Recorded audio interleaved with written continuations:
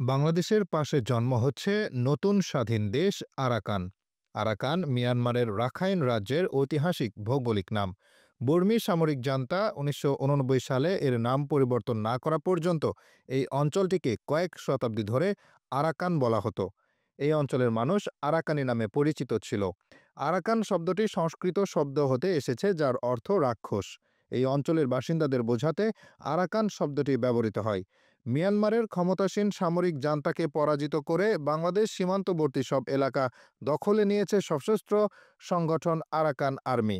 এর ফলে বাংলাদেশের পাশে জন্ম নিতে যাচ্ছে নতুন একটি স্বাধীন রাষ্ট্র আরাকান। যে কোনো সময় আত্মপ্রকাশ ঘটতে পারে দেশটির। প্রায় দেড় দশক আগে আরাকান আর্মি তৈরি হয়। প্রতিষ্ঠার মাত্র দেড় দশকেরও কম সময়ের মধ্যে দেশটির সরকারি বাহিনীকে পরাজিত করে রাখাইন আর্মি তৈরি করতে যাচ্ছে নতুন দেশ। সরকারি বাহিনীকে পরাজিত করে আরাকান আর্মি পুরো অঞ্চল দখল করে নিয়েছে। সর্বশেষ মংডু দখল করার মধ্য দিয়ে তারা মিয়ানমার সেনাবাহিনীর শেষ ঘাঁটির পতন ঘটায়।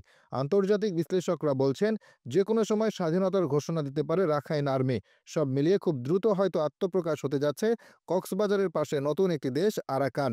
ইতোমধ্যেই ভারত, চীনের মতো দেশগুলো যোগাযোগ শুরু করেছে আরাকান আর্মির সাথে। তৎপর রয়েছে যুক্তরাষ্ট্রও। রাজনৈতিক পট পরিবর্তনের অস্থিরতার মধ্যে আরও বড় ঘূর্ণাবর্তে পড়তে যাচ্ছে বাংলাদেশ। এই প্রেক্ষাপটে বাংলাদেশ পড়তে পারে ভৌগোলিক সম্পর্কের নতুন সমীকরণে। বাংলাদেশের সাথে থাকা মিয়ানমারের ২৭০ কিলোমিটারের সীমান্ত এখন পুরোটাই রাখাইন আর্মির দখলে। এ নিয়ে বাংলাদেশের খুব সতর্ক কূটনৈতিক ও সামরিক পদক্ষেপ প্রয়োজন। জাতীয় ঐকমত্য তৈরি হওয়া দরকার। একদিকে যেমন আমাদের বর্ডারের নিরাপত্তা নিশ্চিত করা প্রয়োজন, পাশাপাশি উদ্ভূত পরিস্থিতির সাথে সংযুক্ত থাকা, কেননা নতুন রাষ্ট্র হলে আমাদের সাথেই নানা রকম পরিস্থিতি সৃষ্টি হতে পারে। মায়ানমারের সাথে সম্পর্ক কেমন যাবে, ভারত কতটা খবরদার করবে, রোহিঙ্গাদের ফেরত পাঠানো ত্বরান্বিত করা, নতুন দেশের সাথে কূটনৈতিক ও বাণিজ্য সম্পর্ক তৈরি।